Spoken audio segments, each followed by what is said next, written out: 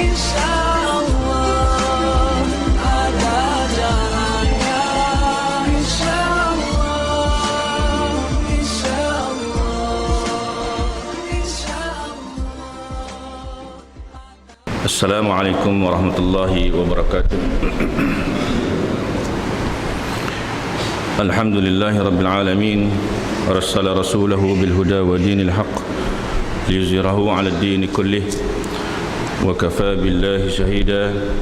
Asyhadu an la ilaha illallah wahdahu la syarika lah wa asyhadu anna Muhammadan 'abduhu wa rasuluh.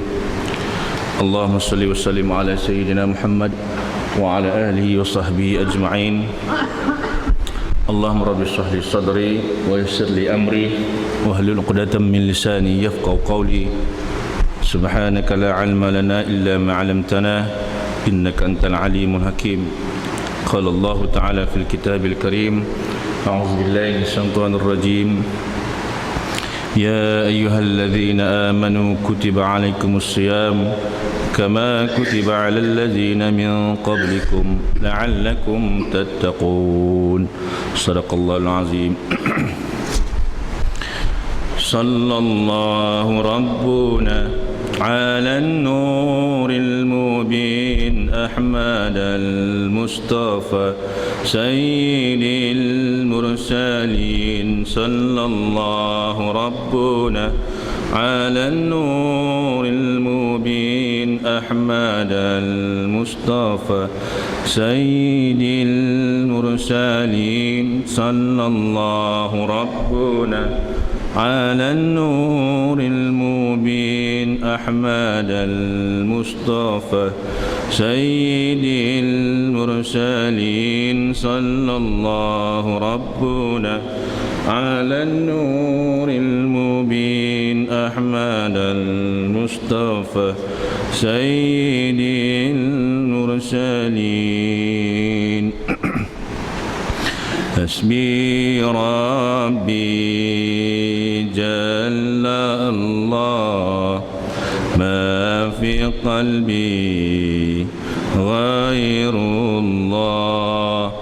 نور محمد صلى الله لا إله إلا الله. حسبي ربي جل الله ما في قلبي غير الله.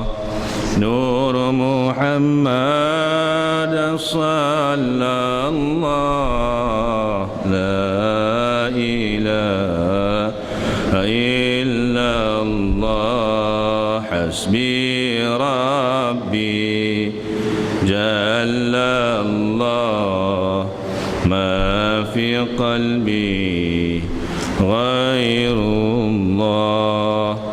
نور محمد صلى الله لا إله إلا الله.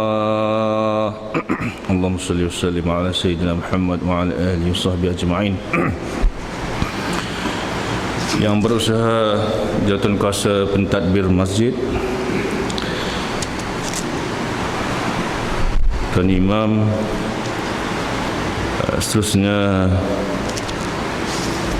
para jemaah, hadirin dan hadirat, muslimin dan muslimat, tuan-tuan haji, puan-puan haji, tuan-tuan guru, para asatizah, mudah-mudahan kita semua diberi keberkatan, ditambah ketakwaan, diberi keberkatan yang sebaik-baiknya oleh Allah Subhanahu Wa Taala, lebih-lebih lagi dalam bulan Ramadan yang mulia ini, insya-Allah. Pertama-tama kita bersyukur kepada Allah Subhanahu Wa Taala, sambungan kuliah subuh kita siri yang kedua. Malam siri yang pertama, bagi slot saya pada minggu ini. Hari ini sesi kuliah subuh Ramadan kita yang kedua, insya-Allah. Mudah-mudahan Allah SWT memberi kesempatan, taufik dan hidayah untuk kita bersama-sama dalam majlis ilmu ini. Lebih kurang kalau kita tengok waktu syuruk kita 7 minit, 4 minit insyaAllah. Lebih kurang gitulah, tak lebih tak kurang. Semalam ada lebih sikit 5 minit. Betul bang? Saya faham, jangan risau. Kita faham psikologi itu. Bila keadaan tu dia lain daripada yang lain, punggung itu dia dah berubah lebih daripada 3 kali, tuan guru ataupun guru yang mengajar di depan, dia kena faham keadaan itu. Kalau dia tak berhenti, dia kena bagi gula-gula supaya dia boleh fokus. Itulah kajian dia. Kita ni sebagai manusia biasa, kalau di mana-mana pun kita dengar ceramah, dengan taklimat, dengan apa pun, 5 minit pertama sahaja yang kita boleh fokus. Lepas 5 minit yang kedua, kita dah sampai Masjidil Aqsa sana. Tu cerita dia. Dah sampai Palestin dah. 5 minit pertama saja, InsyaAllah. Tapi saya yakin dan percaya jemaah kita pada masjid, di Masjid Tun Khalil Yaakob ini, mudah-mudahan kita bukan sahaja fokus hanya 5 minit, kita bersama-sama fokus sampai di hujung minit kita nanti, insyaAllah. Semalam kita ada menyebutkan beberapa amalan-amalan sunat yang cukup dianjurkan di dalam bulan Ramadan. Antaranya apa yang kita sebut semalam, kita ambil yang ringkas-ringkas. Antaranya kita bangun makan sahur, kemudian mentakhirkan makan sahur, sempat 2 je semalam, InsyaAllah ini kita tak banyak, 2 je mungkin yang sempat. Kita ambil yang penting-penting. Sebelum itu,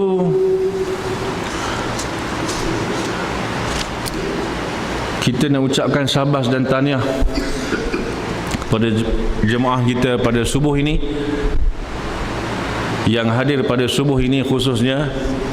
Mungkin tadi dia ada sempat sembahyang berjemaah, mungkin dia ada urusan dan sebagainya, dia sempat balik, tak sempat dengan kuliah pun, kita mengucapkan syabas dan tahniah kerana kita berjaya hadir ke rumah Allah ini dalam rangka untuk kita mengimarahkan masjid, dan dalam rangka kita mengejar, kita berlumba-lumba, kita tamak untuk beribadat kepada Allah Subhanahu Wa Taala, lebih-lebih lagi dalam bulan Ramadan ini, yang mana kita berjaya datang ke rumah Allah untuk melaksanakan solat fardu subuh secara berjemaah. Kalau pihak masjid ada sediakan pingat, kita boleh bagi pingat dan cenderamata. Kenapa kita sebut? Kerana waktu subuh tak semua orang akan jadi cemerlang, dan waktu subuh ini tak semua orang boleh jadi hebat. Itu dia. Makanya saya kata yang hadir pada subuh ini, yang boleh duduk sebentar dalam masjid ini, adalah manusia pilihan, hamba Allah yang hebat dan cemerlang di akhir zaman ini. Itu ukuran dia. Kaum Yahudi mengukur kita umat Islam di akhir zaman ini. Kalaulah mereka mengukur kita umat Islam di akhir zaman ni begitu keadaan dia, macam mana pula ukuran Allah Subhanahu Wa Taala terhadap hamba-Nya yang datang subuh berjemaah di rumah dia. Kaum Yahudi mengukur kita umat Islam di mana? Di sinilah kekuatannya pada waktu subuh. Mereka kata, kita panggil istilah dia manifesto dia. Dia pun ada manifesto tak? Ataupun kita kenal sebagai protokol Zionis. Dia ada protokol Zionis dia. Antara dia kata, apa dia? Kalau kita nak mengukur kekuatan umat Islam itu di mutakhir ini, kita tengok pada waktu subuhnya di masjid. Kalau jumlah ramainya mereka berjemaah subuh di masjid seperti ramainya jumlah pada hari Jumaat. Macam tunggu pada masa itu, dia kata kebangkitan Islam sudah mula berdiri, sudah mula bangun ke kemuncak dah.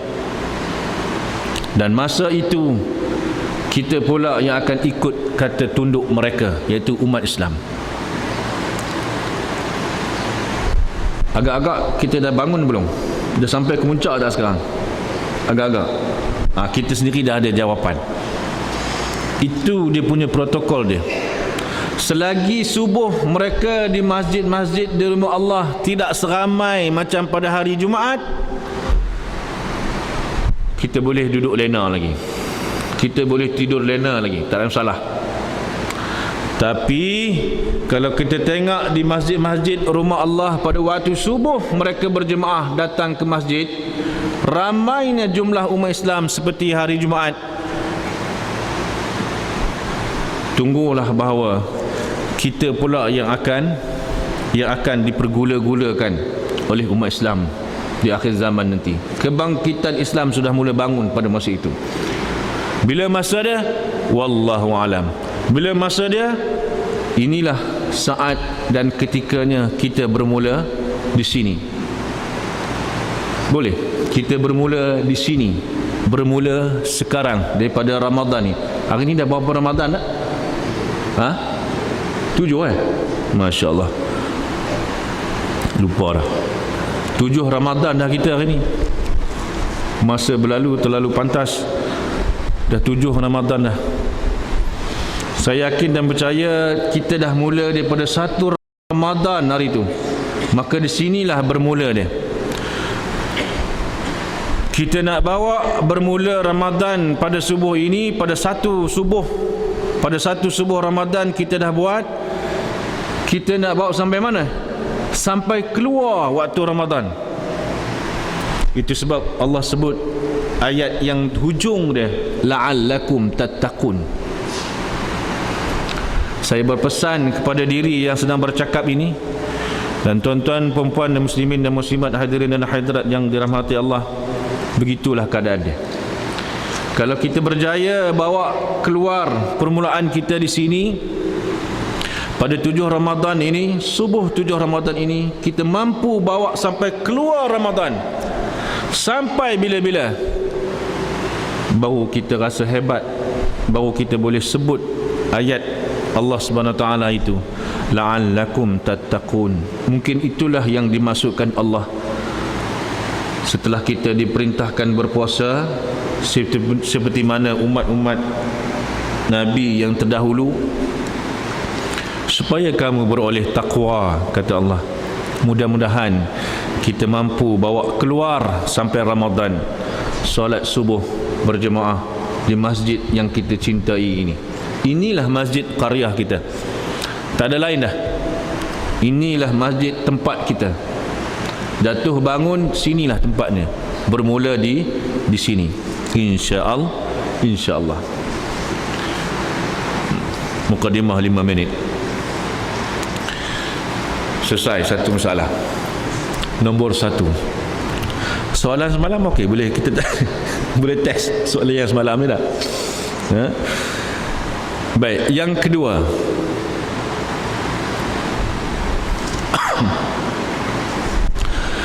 selalu kita orang duk sebut sekarang istilah dia, Cogan kata. Saya ada buat catatan sikit, sempat sikit lah malam tadi. Ramad ini bulan ujian. Sepatutnya kita panggil pesta. Pesta apa? Bukan pesta muda-mudi, pesta ibadah. Betul? Itu yang kita dengar, dan itu yang difahamkan oleh Nabi, yang Nabi sebut di dalam hadis-hadis sahih dia. Ramadan ini pesta ibadah. Ramadan pesta ibadah, bukan pesta makan. Itu cerita dia. Itu yang kedua. Pastikan kita berada dalam Ramadan pada tahun ini. Ramadan kita adalah Ramadan pesta ibadah. bukan pesta makanan. Itu yang kedua. Saya sebut balik kenapa yang pertama tadi kita ungkapkan pada waktu subuh ini tertinggal. Kerana ukuran kita pada umat Islam di akhir zaman ini, kalau nak dibandingkan dengan zaman Rasulullah itu, para sahabat bersama dengan Nabi SAW, kata Ibnu Abbas, sepanjang aku hidup bersama dengan Nabi SAW di Madinah khususnya, kebanyakannya para sahabat yang duduk di sekitar Madinah itu, para sahabat yang duduk di sekitar Masjid Nabi itu, kebanyakannya mereka solat berjamaah setiap waktu. Di mana? Di Masjid Nabi di Madinah. Ini sirah, di dalam sirah dinyatakan, Ibnu Abbas menyebutkan, setiap hampir 98-100% umat Islam solat waktu mereka di mana? Di masjid. Kecuali illa, apa Ibn Abbas sebut? Al-munafiqun ma'lumun nifaq. Kalau kita sebut makna hadis ni, takut kita. Al-munafiqun ma'lumun nifaq. Apa dia? Kecuali para sahabat, orang Islam yang munafik, ma'lumun nifaq, yang jelas benar sifat kemunafikan itu dengan terang. Itu sahaja yang tak datang ke masjid. Kalaulah kaedah ini dipakai sampai sekarang, dengan tuan-tuan semua, dengan saya habis lingkup. Kalaulah kaedah itu dipakai sampai sekarang. Ibnu Abbas sebut sahabat yang tak datang solat berjemaah pada setiap waktu dengan Nabi di Masjid Nabi pada waktu itu, ini kita sebut pada zaman Nabi, bukan sekarang, pada zaman Nabi, kecuali yang tak datang al-munafiqun ma'lumun nifaq, yang jelas sifat kemunafikan mereka itu sahaja yang tak datang berjemaah dengan Nabi di Masjid Nabi. Dulu Masjid Nabi itu macam sekarang ke? Tak. Di mana asal Masjid Nabi SAW? Di mana asalnya dahulu Masjid Nabi, Masjid An-Nabawi itu? Siapa tahu? Satu saat dia sekarang. Sila jawab. Saya bagi buku kecil ni, buku nipis ni. Di mana asalnya dahulu Masjid Nabi itu? Itulah yang kita duk pergi. Selepas kita bagi salam kanan, salam kiri dia, kita melompat ke mana?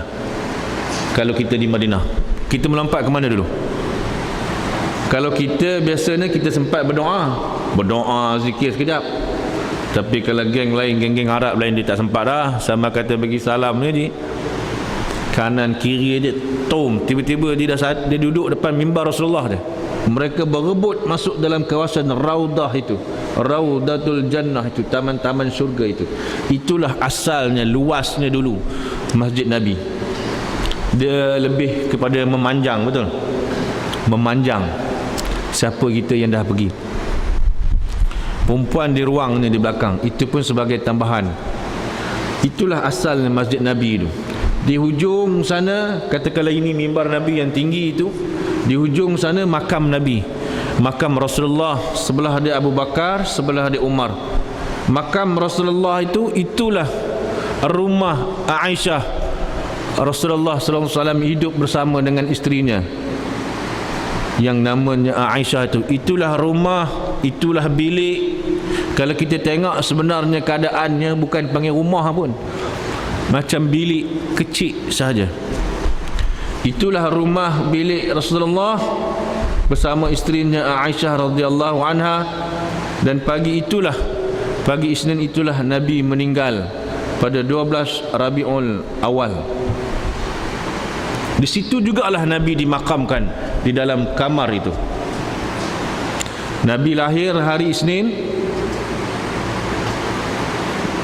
Nabi menerima wahyu yang pertama hari Isnin.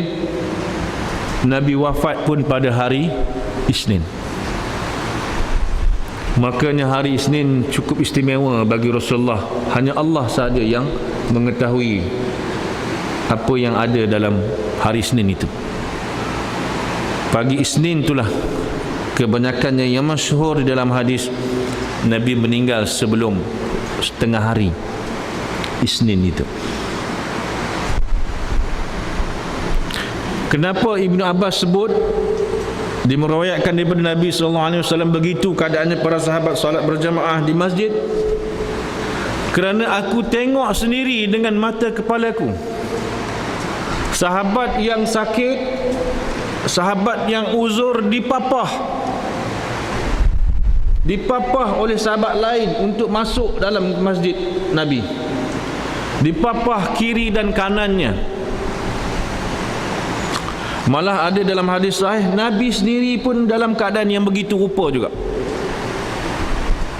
Sahabat yang uzur, yang sakit, dipapah dari rumah, diheret dari rumah masuk ke masjid untuk solat waktu bersama Nabi SAW. Kalau kita baca sirah Nabi SAW, begitu juga keadaan pada Nabi. Pada pagi Isnin itu, di hujung bulan Safar, Nabi sudah mula sakit tenat, sakit kuat.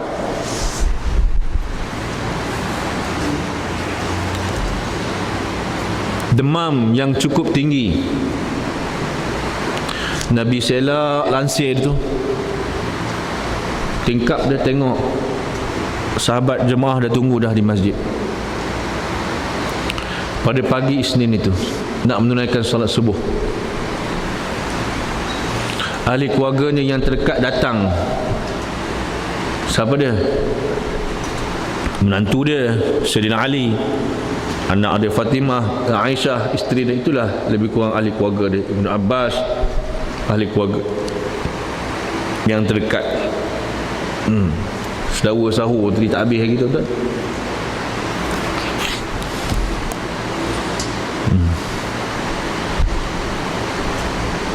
Nabi selak tengok lansir dia tu, tengok sahabat dah berkerumun, dah nunggu Nabi.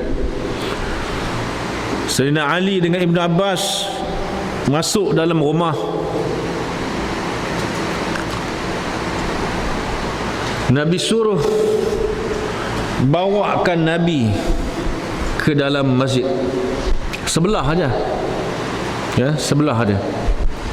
Ada satu ketika dalam satu riwayat hadis sahih Al-Bukhari ini, Rasulullah sampai sekali bila di hujung malam terakhir 10 Ramadan, Nabi tak pernah langsung masuk ke dalam rumah Aisyah, bilik Aisyah, kecuali ada keperluan.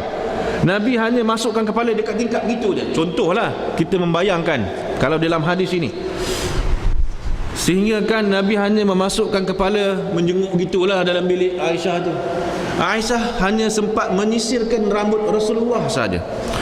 Maksudnya badan Nabi di dalam masjid pada 10 hari Ramadan yang terakhir. Sampai macam tu sekali. Tapi kita tak boleh buat macam tu, rumah jauh tu. Paling tidak kena naik motor. Betul?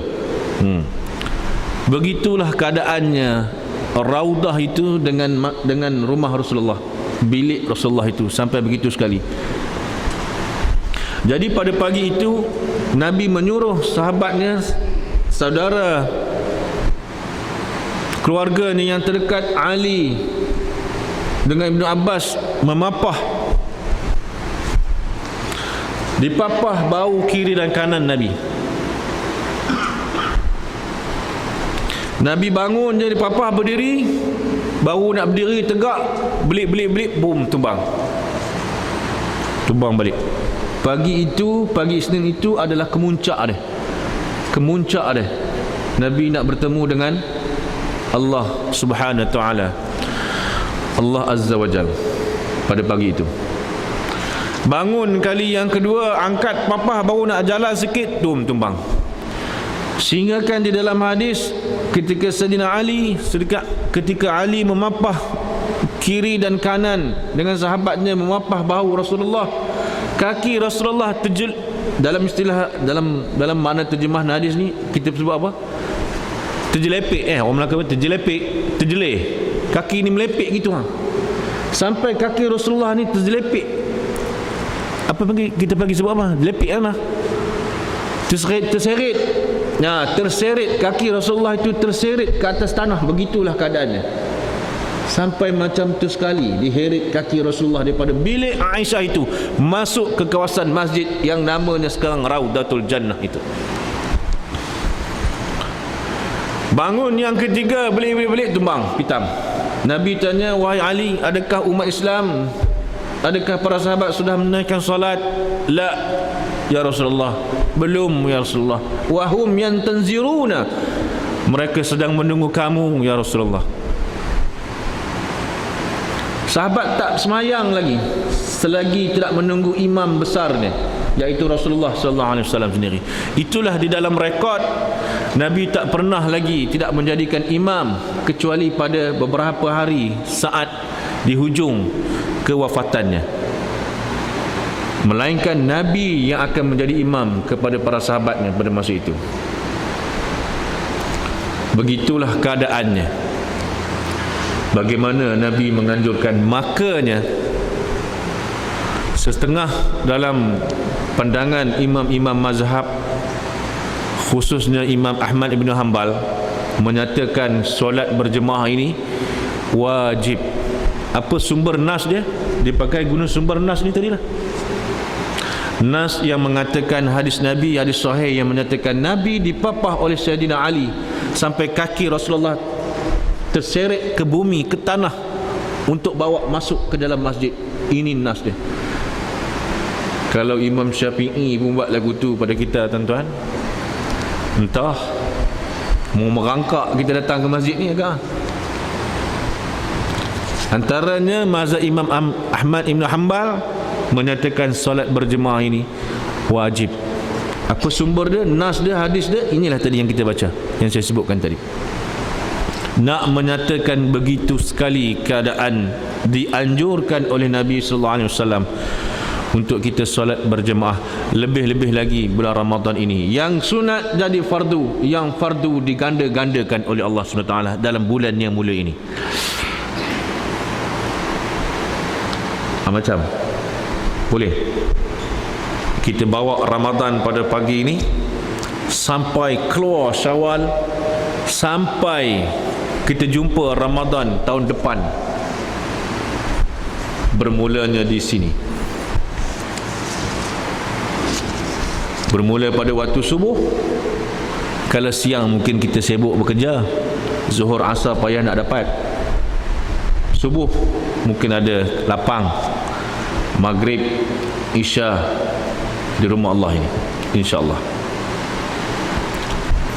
Boleh nah? Mudah-mudahan kita dipilih oleh Allah Subhanahu wa taala. Selesai. Nombor 2 tentang solat berjemaah. Kemudian kita sambung sedikit semalam tentang amalan-amalan sunat dalam kita nak merebut pesta ibadah di bulan Ramadan ini. Semalam kita sebut tajuk apa? Tajuk apa, Ji? Tajuk sahur dengan kita mentakhirkan sahur. Betul kan?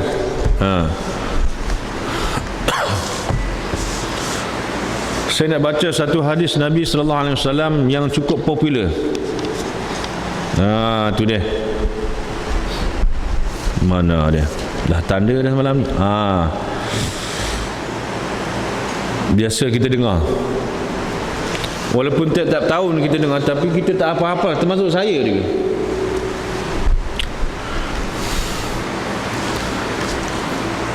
Payah nak menghafal hadis. Hafal hadis yang pendek. Apa dia? Innamal a'malu binniyat. Itu dia boleh. Pasal 3 patah. Itu dia yang kita mampu. Pasal kita bukan orang Arab. Tak semestinya juga orang Arab pun tak boleh hafal juga. Sabda Nabi SAW, hadis ini diriwayatkan daripada Abu Hurairah. Qala Rasulullah SAW, idza dakhala syahrul Ramadan futihat abwab as-sama' wa ghulliqat abwab jahannam wa sulsilat syayatin. Ini kita dah biasa dengar. Bila iza dakhala syahru Ramadan, apabila datang bulan Ramadan itu, apa dia? Futihat abwabus sama, akan dibuka pintu-pintu langit, pintu-pintu syurga dibuka seluas-luasnya. Futihat abwabus sama wa ghuliqat abwabu jahannam. Apa dia? Ditutup pintu-pintu neraka, neraka jahannam. Wasul silat asyayatin. Apa dia? Syaitan iblis digari, dibelenggu oleh Allah Subhanahu wa taala. Hadis sahih. Betul. Hadis ini direkodkan dalam kitab Sahih Al-Bukhari. Nombor hadis 933. Iza dakhala syahrul Ramadan, bila datang bulan Ramadan itu pintu surga dibuka seluas-luasnya. Pintu neraka ditutup serapat-rapatnya. Syaitan iblis dibelenggu, kata Nabi sallallahu alaihi wasallam. Jelas tak makna hadis tu? Jelas. Itu yang kita biasa dengar. Tapi ada orang bertanya, dia kata, kalau begitu Ustaz, syaitan dibelenggu pada bulan Ramadan, maknanya jin, syaitan, iblis semua tak ada lah bulan puasa, bulan Ramadan. Ya, betul lah berdasarkan hadis ini. Jelas. Habis itu yang pergi makan dekat utara KC Ekro tu apa cerita? Beli KFC, McDonald. Yang van jenazah Majlis Agama Islam Melaka yang duk pusing raun mata alam tu apa cerita? Kan? Van jenazah dah sampai ke Tanjung Minyak belum? Kita tak nampak lagi kan? Nah, van jenazah kita dia ada kat belakang, tak bergerak di mana. Kalau diperlukan oleh jaim ataupun maim, boleh, tak ada masalah. Makna kata apa? Kalau sampai jaim dengan maim memerlukan van jenazah masjid, kita kena takut dan risau. Kenapa?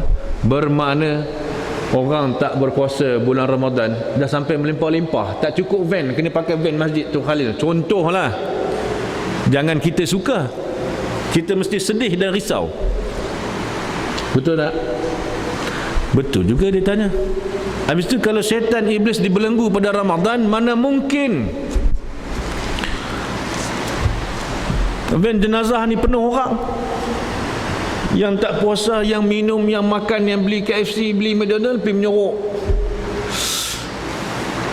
Itu yang makan, beli KFC, menyorok pergi makan dalam semak dan hutan.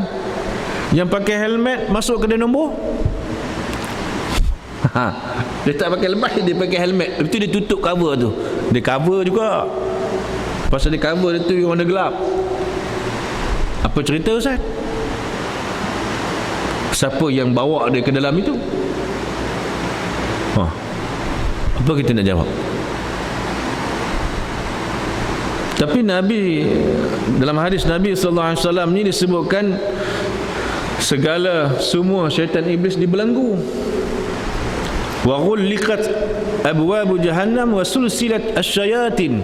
Dibelenggu, diikat, digari syaitan dan iblis ini. Tapi orang duk beratur lagi. Pen ada sebatang dekat tangan dia. Dapat katakan dia boleh ketuk-ketak, puk, clear. Bagi duit. Jaim tunggu di luar bagi penguasa. Saya pernah tuan-tuan pengalaman nyungkur dalam longkang. Kita ni tu sungkur dalam longkang pasal dia tembi dia. Masa di Manjung dulu, pengalaman zaman muda sebelum kahwin, kerja di pejabat agama. Bila dia tembi dia tu, kawan saya kecil dia pegawai, dengan dia terungkung, tersembam dalam longkang. Nombor punya masalah ni bulan Ramadan. Kita yang terjerembam dalam longkang, dia faham tidak? Dia start motor balik gitu. Itu keadaan dia. Jadi macam mana kita nak jawab tentang hadis Nabi SAW ini? Siapa boleh jawab satu soalan sekarang, insyaAllah? Saya bagi kita hadis ini yang special ini, Profesor Dr. S.M. Sudi Ismail. Tajuk dia hadis Nabi yang tekstual dan kontekstual. Ini hadis, buku dia nipis je warna biru, tapi inilah kitab buku saya mengaji dulu tentang hadis Nabi SAW. Ada berani. Siapa boleh jawab? Siapa nak jawab? Makanya kita kena menjawab melalui metodologi penulisan tentang buku kitab ini. Di dalam semua hadis Nabi SAW ini kalau hadis yang begini, makanya kita kena memahami. Kalau kita faham secara teks, secara matan hadis Nabi ini, itulah yang kita faham, betul? Syaitan, iblis dibelenggu, diikat, bermakna tidak akan berlaku jenayah maksiat dalam Ramadan ini, termasuk berlaku pada diri kita. Tetapi kenapa dia tetap berlaku? Jadi bermakna kita tak boleh faham tentang hadis Nabi ini secara tekstual, secara teks. Ya cikgu, kita kena faham secara kontekstual, secara luas. Kalau kita faham secara tekstual hadis ini, itulah keadaan dia. Tapi bila orang tanya kenapa orang pergi, kenapa orang tak berpuasa juga, kita tak boleh jawab. Sebab kita faham secara teks hadis, secara matan hadis ini. Cara dia kita memahami hadis Nabi tentang ini, itulah kita membaca ataupun kita memahami hadis Nabi itu secara luas, secara apa yang berlaku pada mutakhir ataupun keadaan semasa. Yang dimaksudkan Nabi pintu syurga ini dibuka seluas-luasnya pada bulan Ramadan. Iza dakhala syahrul Ramadan futihat abwabus sama. Maksudnya dibuka seluas-luasnya pintu syurga itu apa makna? Kita umat Islam, umat Nabi Muhammad sallallahu alaihi wasallam ini, bila sampai bulan Ramadan, apa biasa kita dah buat? Yang kita dah buat sekarang ni lah. Kita akan berpuasa bersungguh-sungguh, sembahyang berjamaah, mengaji Quran, bersedekah, bangun sahur, sembahyang subuh ke jemaah ke masjid, balik ke baca Al-Quran lagi, pergi kerja, pergi kerja cari nafkah, cari rezeki, beribadat. Malam solat sunat tarawih, bangun pukul 3, pukul 4 qiyamul lail pula. Sepanjang Ramadan, paling tidak sepanjang satu hari itu, kita dipenuhi dengan ibadat. Maknanya tiada ruang sepanjang satu hari itu untuk syaitan dan iblis merosakkan kita. Itu maknanya pintu syurga itu dibuka seluas-luasnya. Mana Allah menyeru dan memanggil umat Islam, ya ayyuhallazina amanu, wahai orang-orang yang beriman, kamu beribadah berpuasa sungguh-sungguh kepadaku. Ni dia habuan hang. Habuan kamu ni dia. Pintu apa semalam kita sebut? Pintu bagi orang yang berpuasa. Aina saimuna, kata malaikat. Mana orang-orang yang berpuasa? Fayaqumuna, bangun berdiri kita. Bila dipanggil malaikat, malaikat tanya, mana orang-orang yang berpuasa kerana Allah Azza wa Jal ini? Pintu apa semalam? Pintu Ar-Rayyan. Betul? Bukan Ar-Rayyan. Mana yang semalam siri yang pertama tak ada. Nama pintu kita bagi berpuasa kerana Allah SWT pada tahun ini, pada sampai bila-bila, sampai kita mati. Mudah-mudahan kita berdoa, insya-Allah redha Allah menanti, pintu Rayyan kita akan masuk pada hari kiamat nanti. Nama dia pintu Rayyan, Tuan Haji. Itu maksud hadis ini. Bila kita sibuk beribadat, buat ini, buat itu, tak sempat kita dah. Tak sempat buat, nak tengok cerita Hindustan, tak sempat. Kita bila baru nak buka, astaghfirullahalazim, Masya Allah, tak jadi, tutup, pegang Quran balik. Maknanya ruang untuk syaitan iblis mengganggu kita, tiada ruang langsung. Itu yang dimaksudkan syaitan iblis ini. Wasulusilat asyayatin, yang dibelenggu, diikat, dia tak boleh buat apa. Selanda dia angkat tangan. Kacau. Aku tak boleh kacau langsung sahabat ni.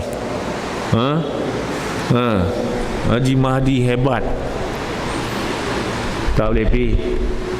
Baru aku nak usik sikit, pum, tidak buka Al-Quran. Ya ayyuhallazina amanu kutiba alaikumusiyam. Contoh, aku nak masuk sikit dia, pum, dia ambil air semayang. Dia pun semayang. Aku baru nak cucuk sikit dia, dia buka Al-Quran balik. Bila masa dia nak cucuk, dia tak sempat nak cucuk kita cucuk dia. Itulah kelebihan Ramadan ini. Itu yang dimaksudkan tentang hadis ini. Syaitan iblis dibelenggu pada bulan Ramadan, itulah maksudnya. Yang dia berjaya cucuk merosakkan umat Islam, umat Nabi Muhammad sallallahu alaihi wasallam, yang kita disebut naik van jenazah tadi, itu yang dia berjaya lah. Itu yang dia berjaya. Maknanya syaitan iblis bukan dibelenggu, diikat terus, dia tetap ada. Mana yang berjaya, berjaya lah. Kira yang naik van jenazah jawatan agama tu, yang berjaya bagi dia lah syaitan iblis.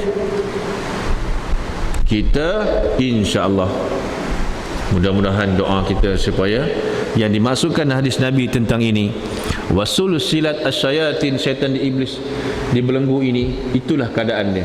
Baru nak usik kita sikit, kita dah berzikir la ilaha illallah, la ilaha illallah.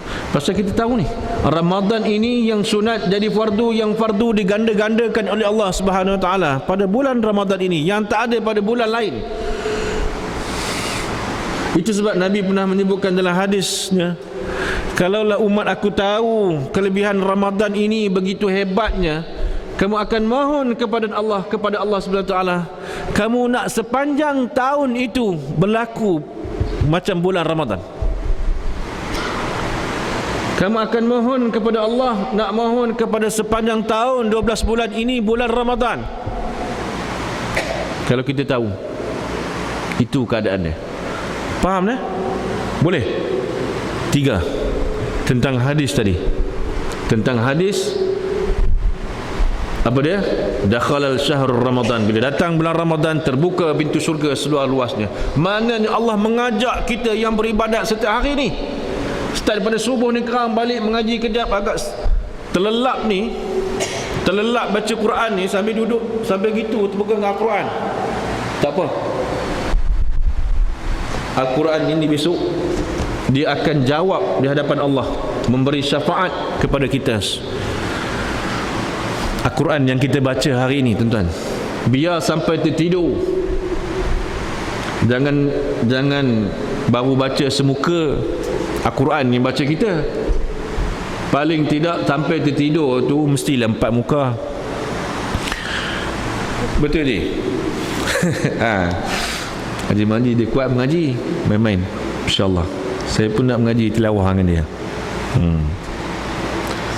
Baik, tentang cerita Al-Quran ni sebelum saya terlupa, pasal banyak sangat ni.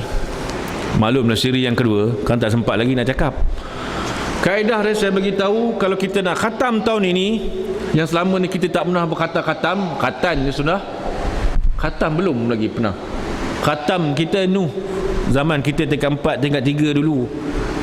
Bila main-main dengan dah kahwin, anak dah cucu ni, tak sempat kita berkhatam. Ini dia, bermula di sini Ramadan kita. Kalau kita nak khatam setiap waktu, ini kaedah sudah dibikin, sudah dikaji kaedah dia. Macam ada yang khatam 1 kali, khatam 2 kali, khatam 3 kali. Baik, kita tak payah ambil banyak, biar kita ambil sikit tapi istiqamah konsisten. Apa dia cara? Setiap waktu solat berapa? 5 waktu. 5 waktu solat. Subuh, zuhur, asar, maghrib, isya. Setiap waktu selepas semayang fardu, kita baca Quran 4 muka surat. 4 muka surat. Maknanya 5 kali 4 20 muka surat satu hari. Itu yang khatam, untuk khatam satu kali. InsyaAllah selesai.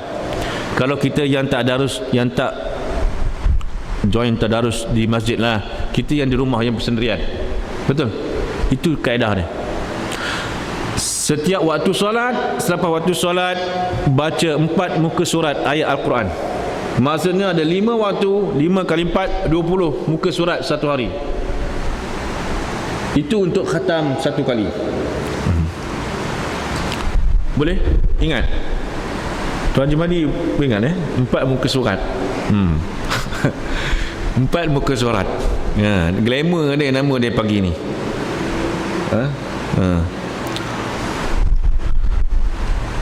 Boleh lah, insyaAllah. Berapa dah tu? 3. Ini dah pukul 7.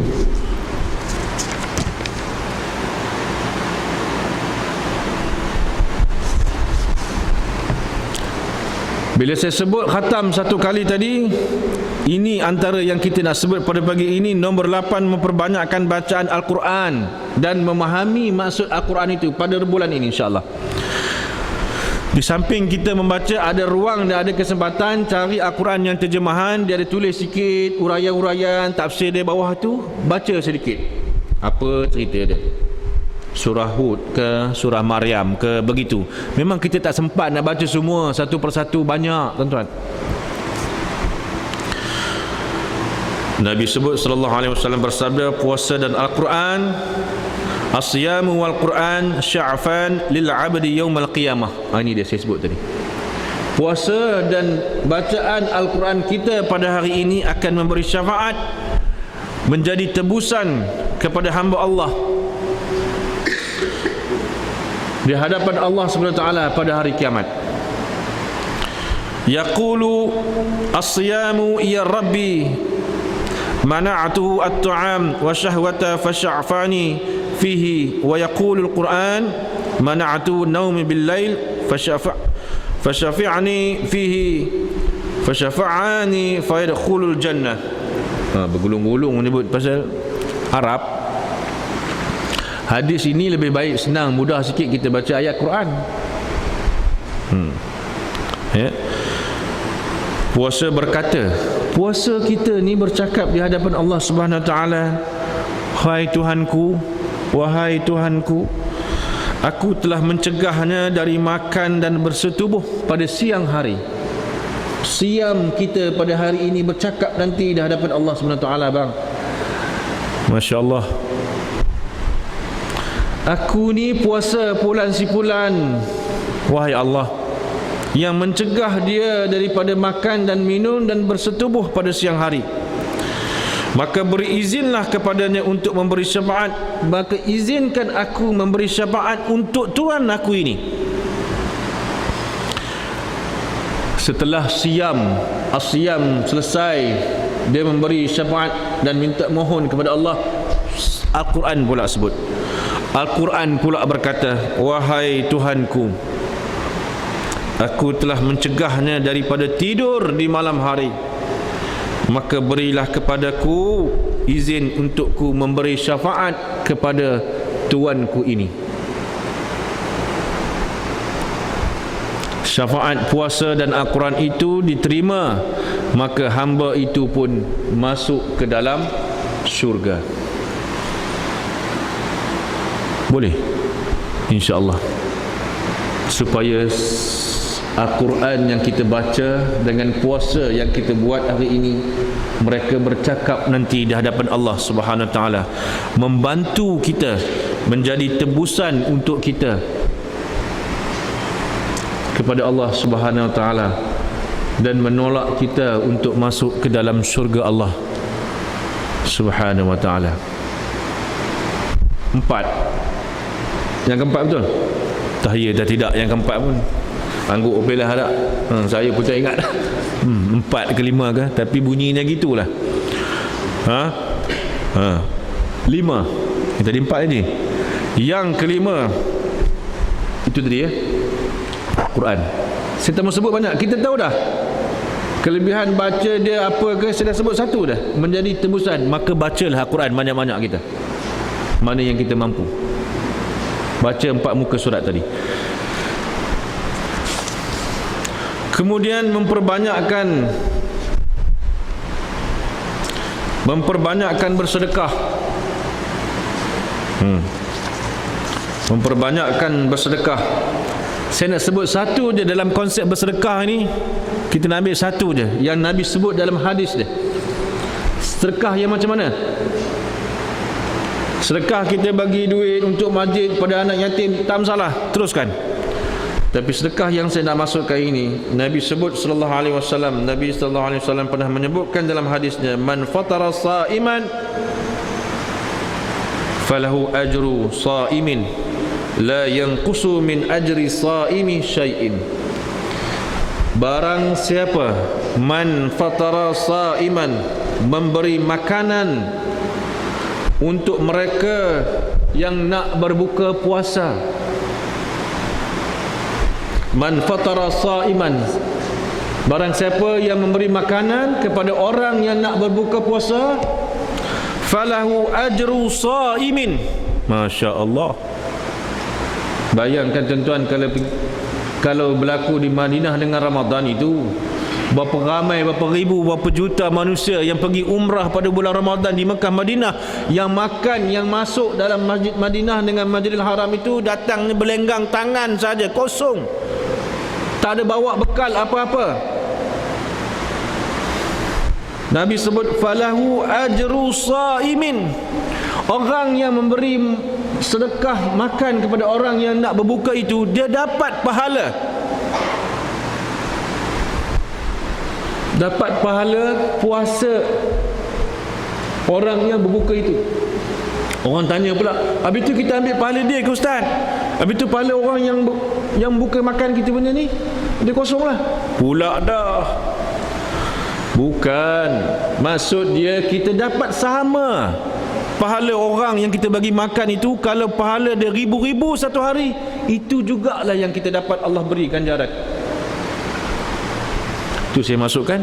Bayangkan kalau Madinah di Mekah tu macam mana rupa. Berapa ribu, berapa juta orang. Berapa ramai dermawan di Mekah Madinah itu, di Arab Saudi itu. Setiap orang kompon akan dapat punya makanan. Ada jus, ada buah tamar, ada buah belahan, apple ke, limau ke, air zam-zam dia ambil sendiri yang sejuk ke, jinak yang sejuk. Kemudian ada syai, teh ataupun kahwah, kopi O dia melenting bekat dia di masjid dia. Kemudian saya baru tengok dalam internet baru ni, rupanya dia punya lapik kertas plastik tu je, yang terkini punya. Sebelum ni kita terlampak, dia dah bulat dah. Dia dah bulat zun dia. Maksudnya dia bulat, dia tulis mim ni mat'am lah. Maksudnya yang ahli-ahli bahagian yang bekerja menguruskan buka puasa tu, dia letak pada bulat. Dia bentang plastik tu, dia bentang sepanjang tu. Jadi dalam plastik tu dia ada tempat bulat dah. Mim tu mat'am, maksud makanan letak dalam zon itu. Orang duduk, kucing duduk dekat situ. Kucing pun duduk dekat mim tu. Yang duduk pisang ada seketui, dia pun puasa tuan-tuan. Itu yang dia bertunjukkan dalam tu. Masya Allah. Harap tengok pula senyum tu. Nak cerita bagi berapa banyak orang yang infak makanan bagi orang buka puasa gitu, dia dapat pahala, dia dapat kebaikan di sisi Allah Subhanahu Wa Taala. Bukan satu orang yang makan di situ. Bayangkan kalau kita bikin macam itu. Tapi itulah, saya tengok di Melaka kita tak biasa mengamalkan adat itu. Kita jarang ada moreh berbuka sini kan, jarang. Tapi di tempat saya belah-belah utara, belah-belah Perak sana, moreh berbuka puasa ini di kampung saya, surau kecil je, surau kampung je. Di mana-mana surau pun masjid lagi lah. 29 puasa ni penuh nama orang menginfak untuk berbuka moreh di surau, di masjid, setiap hari sampai 29 puasa. Itu saya cerita baru ni, sebelum masuk Ramadan itu. Tuan-tuan tidak tahu nama naik dalam whiteboard ini, memberi infak sedekah bagi orang makan. Ini sumber dia hadis kita baca pagi ini. Saya kata, kalau catering dibuat anggaran untuk 60 orang makan, bayar RM600 untuk 60 orang makan yang berbuka moreh. Bayangkan 60 orang yang makan ataupun lebih 60 orang yang berpuasa itu, cemeh dia kita dapat pada kita. Infak harta kita dah bagi, dah satu hal, duit. Kemudian kita bagi orang berbuka puasa itu makan. Falahu ajru saimun, Nabi sebut, kita dapat buta dia.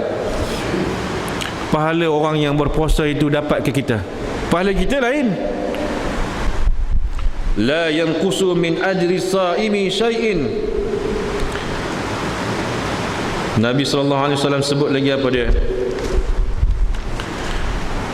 Pahala yang kita dapat, banyak mana pahala yang orang berpuasa itu, itulah yang kita dapat. Kemudian sebanyak pahala orang yang puasa itu, dan tidak kurang sedikit pun pahala itu. La yanqusu min ajri shaimin syai'in, maknanya apa? Tidak sedikit pun kurang kita dapat pahala orang puasa itu pada kita. Banyak mana dia dapat. Kalau contoh kita letakkan 1000 satu hari, dia dapat markah hari ini 1000 lah kita dapat. Sikit pun tak kurang, sikit pun tak lebih. Itu maksud dia. Macam kita pergilah cari, kalau ada duit lebih, kalau kita rasa nak buat yang tak pernah kita buat, tapi paling tidak, tapi kita biasa di Melaka dia moreh pada lepas tarawih, betul? Lepas tarawih tak ada dalam hadis.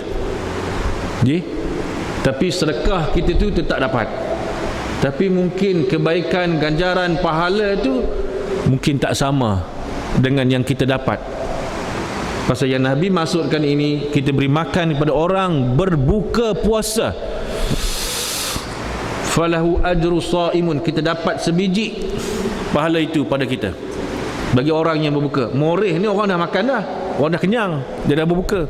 Lepas sembahyang tarawih, dia dah penat tuntam turun balik, kemudian dia dah rasa kosong balik. Itu dia boleh balun lagi tu, kena mi rebus, kena bubur. Itu cerita dia. Itu kebiasaan. Macam senyap, nampak kelar ke tak kelar ni? Dah 7-5 minit dah faham dah tu. Hari di luar pun dah terang. Tapi hari ini special dia apa dia? Masjid kita pasang aircon pagi ni. Main punya nak beri keselesaan pada jemaah. Semalam tak pasang aircon. Dengan saya pun rasa belengah juga semalam. Balik mandi lagi sekali. Tu cerita dia. Hari ini disambut padahal pukul 2 pagi tu hujan dan terentum kita tanya minyak. Nampak? Nak beri keselesaan tu. Apa ndak lagi? Tak cukup. Ni dia. Boleh nak? InsyaAllah.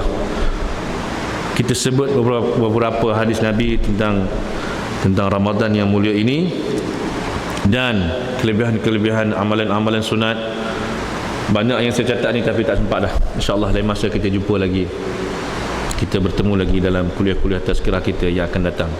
Mudah-mudahan walaupun singkat, walaupun kecil yang kita sebut, memberi 1000 manfaat untuk kita. Alhamdulillah, saya tengok pada pagi ini lain macam fokus dia lah. Hebat nampak fokus dia sampai ke hujung 7-6 minit. Sebab dia kena diberi motivasi tadi agak pagi tadi. Bila dia ketuk sikit, biasa kita gitulah. Hebat nampak, alhamdulillah. Seorang dua tersengut-sengut tu biasalah. Kalau saya pun belum tentu lagi kalau duduk sini dengar huruf cakap, kan? Siap silap, siap tarik dengkur dah. Bunyi di belakang. Kena pula lepas subuh. Lepas subuh ni je. Apa-apa hal pun kalau terlelap, kita macam mana pun nak balik. Sebelum terlelap, pastikan kita baca dulu Al-Quran. Paling tidak 4 atau 3 buku surat. Ingat saya sebut tadi, kalau nak khatam, untuk satu kali khatam Berapa muka surat? 4 muka surat setiap waktu. Bukan 4 muka surat satu hari. Sekarang ingat, ustaz kata 4 muka surat satu hari. Sampai bulan Syawal tak khatam. Tu cerita dia. Masuk bulan Syawal tak khatam. Macam mana? Kuih tak dah tunggu dah. Wallahu alam. Saya minta ampun, minta maaf pada tuan-tuan. Sesungguhnya yang baik itu datang daripada Allah. Yang tidak baik itu kelemahan dan kedaifan saya sendiri dalam berkongsi ilmu kita pada pagi ini. Sesungguhnya itu adalah kefahaman yang diberikan oleh Allah Subhanahu Wa Taala, dan kita semua diberi kefahaman itu oleh Allah Subhanahu Wa Taala. InsyaAllah kita akan dapat manfaat daripadanya. Wabillahi taufiq wal hidayah. Assalamualaikum warahmatullahi wabarakatuh.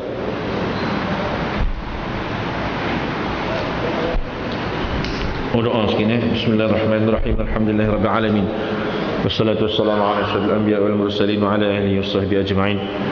اللهم إنا نجعلك في نور أعدائنا ونعوذ بك من شرورهم. اللهم بدد شملهم وفرق جمعهم وشتت كلمتهم وزلزل أقدامهم وسلط عليهم كلبا من كلابك يا قاهر يا جبار يا منتقم يا الله يا الله يا الله. اللهم إنا نسألك رضاك والجنة ونعوذ بك من سخطك والنار. اللهم إنك عفو كريم تحب العفو فاعف عنا وعن والدينا وعن جميع المسلمين والمسلمات والمؤمنين والمؤمنات برحمتك يا أرحم الراحمين. اللهم اغفر لنا ذنوبنا والوالدين وارحمهم كما ربونا صغارا الجميع المسلمين والمسلمات والمؤمنين والمؤمنات برحمتك يا أرحم الراحمين. اللهم ربنا هب لنا من أزواجنا وذرياتنا قرة أعين واجعلنا للمتقين إماما. ربنا آتنا في الدنيا حسنة وفي الآخرة حسنة وقنا عذاب النار وقنا عذاب النار. وصلى الله على سيدنا محمد وعلى آله وصحبه أجمعين والحمد لله رب العالمين. تقبل الله منكم. السلام عليكم ورحمة الله وبركاته.